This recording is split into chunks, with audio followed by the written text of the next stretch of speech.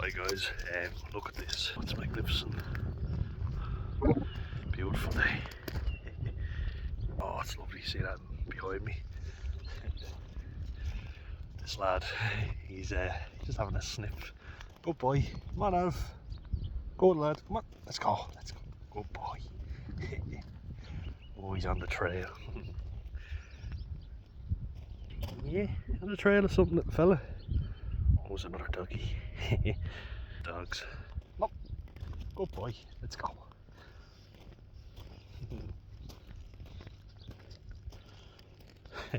Beautiful boy. Ain't you? Good lad. Back coaching again today. Taking it myself. So, used to be a bit daunting before, but now I actually like doing it. You know, I enjoy doing stuff that I want to do with the guys.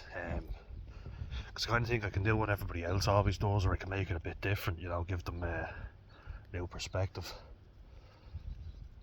But I wanted to just I wanted to touch on something I've already touched on in a short that I made, but I think it merits a longer discussion. And I want you guys to also let me know any examples you might have of the fake hard man. You know, the fake hard man is a phenomenon of our time. So, like, in Dublin, Irish Celt, if you're watching, you're from Finglas, so I imagine you know some real tough guys, but you'll know the yuck bros, won't you? You know the types that walk around like Conor McGregor with the fucking shoulders going out wide like that, puffing the chest. You just hear them before you see them. Yeah. For anyone who doesn't know, the reason why we call them yuck bros is because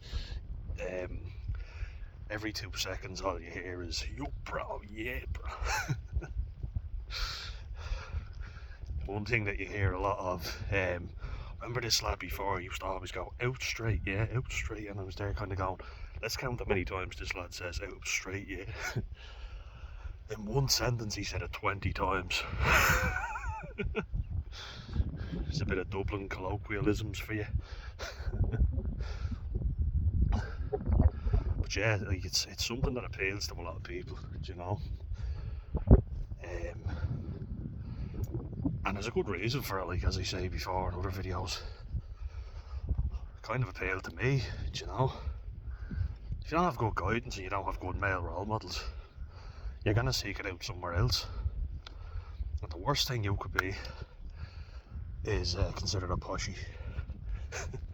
That was literally it. The worst thing you could be considered at all. It's like you're soft, you know, you've had an easy life. And people would say that to discredit you, basically. You know, I'm tougher than you. That's what men want, you know, they want to be tougher. That's what makes you a better guy, you know, if you're considered a tough lad. There's no greater confidence booster. You can be smart, but that doesn't really give it to you, you know. And the whole tough guy thing is you want the approval of other lads, really. So, like, for me, what's a fake hard man? It's someone who, I saw a lot of this, I was talking about knife crime, and this is why I bring this up, because this is how it starts. You've got someone who is cowardly by nature, goes out in gangs, like about 9 of their mates or whatever, on one lad, threatening fellas. These lads will never threaten anyone on their own or without backup. That you can guarantee. That's why I say fake. There's genuine hard men. Come on, good boy. There are genuine hard men, and believe me, when you come across them, you'll know. You'll know not to fuck with those guys.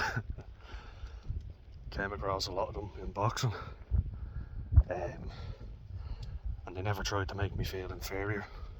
They didn't have to. They already did. There was lads banging out. Jeez, like, I remember 100 push-ups and he was still going. There used to be this older lad that had come in. on his knuckles, you know, and just start banging out push-ups, and he was coming off the ground, and he started going into army push-ups, then diamond push-ups, like whatever. They're the kings of bodyweight exercise boxers. But there were all these lads who were claiming to be tough guys. And there were little scumbags attacking homeless people in the street. I can't fucking breathe. I don't know what's happening. Sometimes I get really bad hay fever in spring and definitely in summer. Where are you going now? Good lad. Good boy. He's loving this boy. Oh, look at you. You loving it? Yeah. Good lad. It'll be a beautiful day. Oh, look at that. Oh, that's so nice. That sky is just incredible.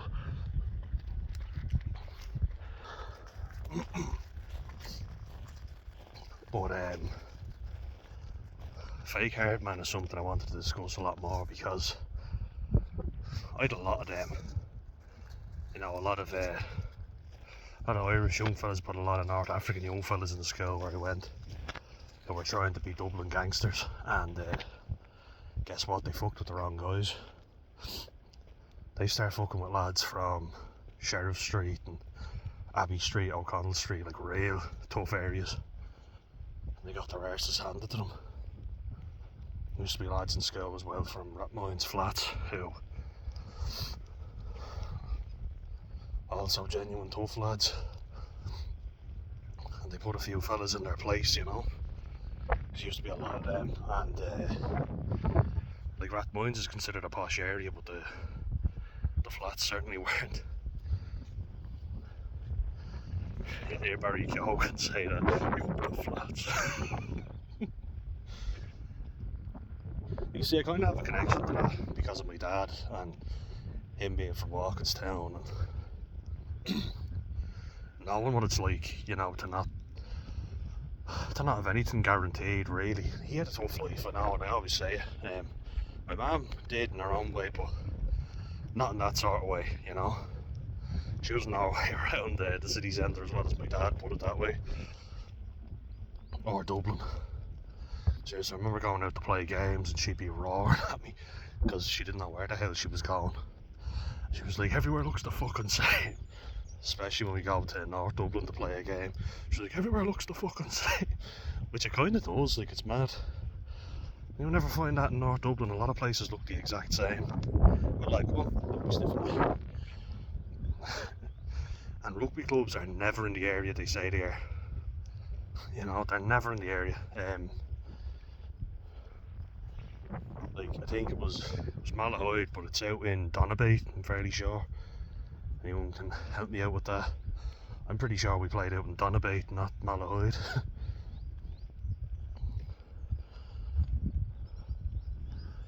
And then Monkstown Rugby Club in Dublin.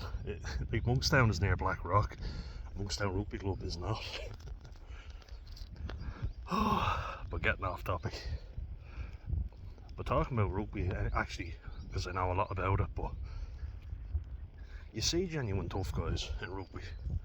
Guys who show up all the time. Sign of a good player is a lad who is like Bundy Aki. Anybody see Bundy at the weekend? Covered in blood and muck. Did a lot more than any of the Irish born players did, let me tell you.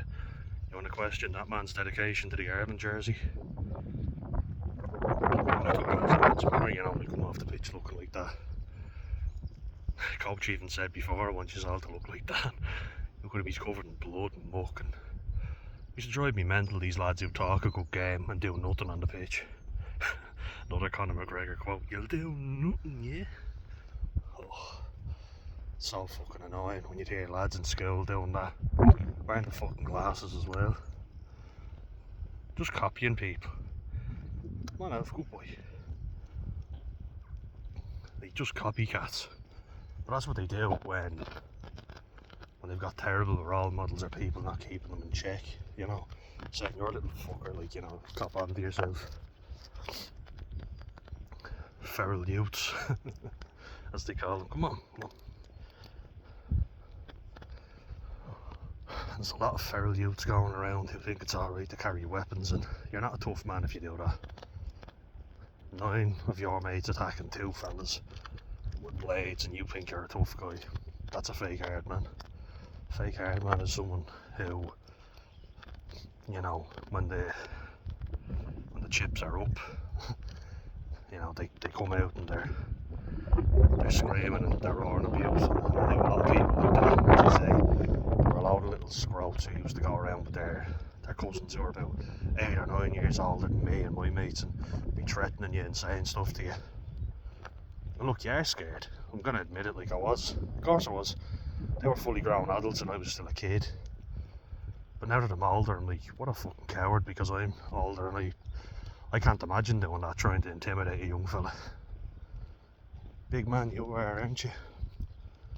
And that's the thing as well, when it's easy for you to do it. But how are you when there's a lad tougher than you or older than you? Then what'll you do? Let's see how out of the air then. Oh, look at this. Have a look at the field? Yeah? Come on, let's have a look.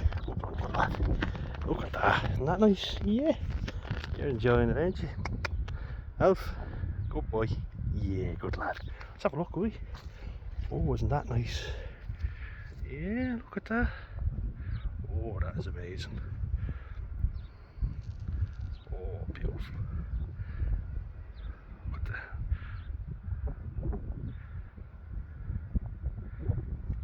Oh, look at that. That sky is incredible. So is Alfie back, ain't you? Good lad. Oh, you're looking for the sheep. Cows will be in the field soon, little man. Call him a cow dog. I'll have to show you actually. I keep forgetting that this channel hasn't even been going. Jesus, when's it been going since? Over half a year, but it hasn't been a whole year, so I need to show you the cows when they come into the field. That's a definite. He loves the cows. But like, I'm not afraid to be soft with him and to be gentle. I love dogs, I love animals. If I sound a bit harsh, I'm like on the phone or whatever, he just needs to be careful on the road, so I'll scream at him, but it's because I want him to be safe, because I absolutely adore him. I'm not afraid to say it, I've always loved animals, you know. Can't bear the thought of someone hurting an animal. I think it's disgraceful and a very hard time having sympathy for someone who does, and there's another, you know, fuckers who go around hurting animals. Tough guy you fucking are. But it's just like, it's easy to act like a tough guy when you've got loads of your mates. Like I'm used to being on my own a lot. When I have a large group with me, you do get braver. You think you're, and I've acted like a gobshite myself. Don't think for a second that I'm innocent. I'm not. I remember just sitting with a lot of these scumbags before, you know, and feeling like you're cool, you're the hard man. We literally sat in McDonald's all day doing nothing. That was it. You'll do nothing, yeah, you could, quite literally you will do fucking nothing. Do nothing with your life. What a waste, you know, like roaring abuse at other people that were there, and I was like, anyone actually gonna get anything? I'm fucking hungry. Man's gotta eat. And I was actually working as well, so I had money. I was like, I'm getting a McDonald's. Because loads of them got thrown out or abandoned, and I just went to your man. I was like, well, I'm alright though, haven't I? And he was like, oh yeah, you're fine, you haven't done anything wrong. I was like, grand, yeah, I'll have a Big Mac, please. But saying it's cool to get in trouble, you know. Remember, it was made very obvious that the kids who were always in trouble with the teachers, they were the cool kids. The popular kids. I feel like there should have been more respect for the rugby team, if I'm being honest. That's a good place to establish yourself. And even like, I would have been very quiet starting out in school, and then I got more confident. Never shut the fuck up. But yeah, I remember people that I might have even butted heads with, but they were coming up and congratulating me after a good performance in a rugby game, and that's a good thing, you know, that's a great feeling.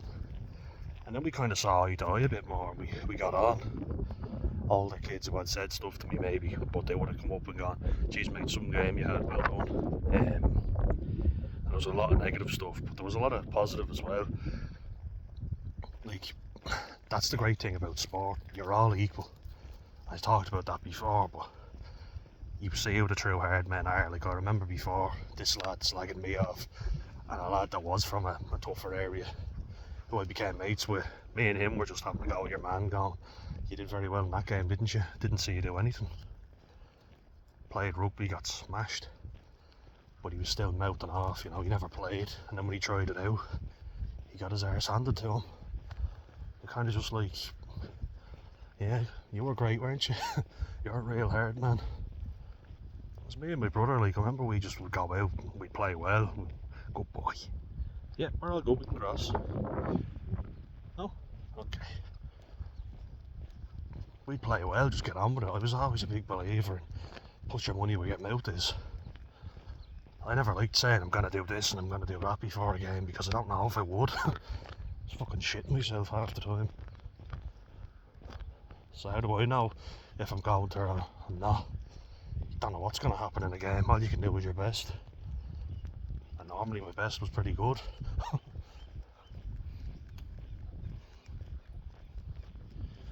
But it's hard to have that confidence when you've nobody around you, you know, in your corner. You need to have that. Some lads did that a little bit too much. And then it builds up, you know, a comfort. They think, God, there's always going to be someone who has my back, so I'm looked after here. And they think that they're safe to do whatever the fuck they want, so they're not kept in check. Whereas I had a lot of adults who did, but often put the blame on me, even if I was in the right, you know, which I don't think is fair either. And the reason they did that is because they were too afraid to actually deal with the confrontation themselves, to deal with other parents, you know, and that's not right either. I try not to hold grudges, but it pisses me off when my own parents took somebody else's side over mine, which they did often, I'm just going to say. My mum will deny that till the cows come home. Cows will be home soon. So then will she stop denying it? Don't know. As I said, they'll be in the field soon. Quite literally. But it's not a nice place to be, and that's why I start seeking out these guys, you know. If they told me to jump, I'd jump. If they told me to run, I'd run. You know? Do whatever it took to, you know, let's say gain their trust, but so that they'd like me, you know. Want to be popular, want to be liked. Then I realised how pathetic they all were, and how they wouldn't have my back. They would turn on me whenever it suited them.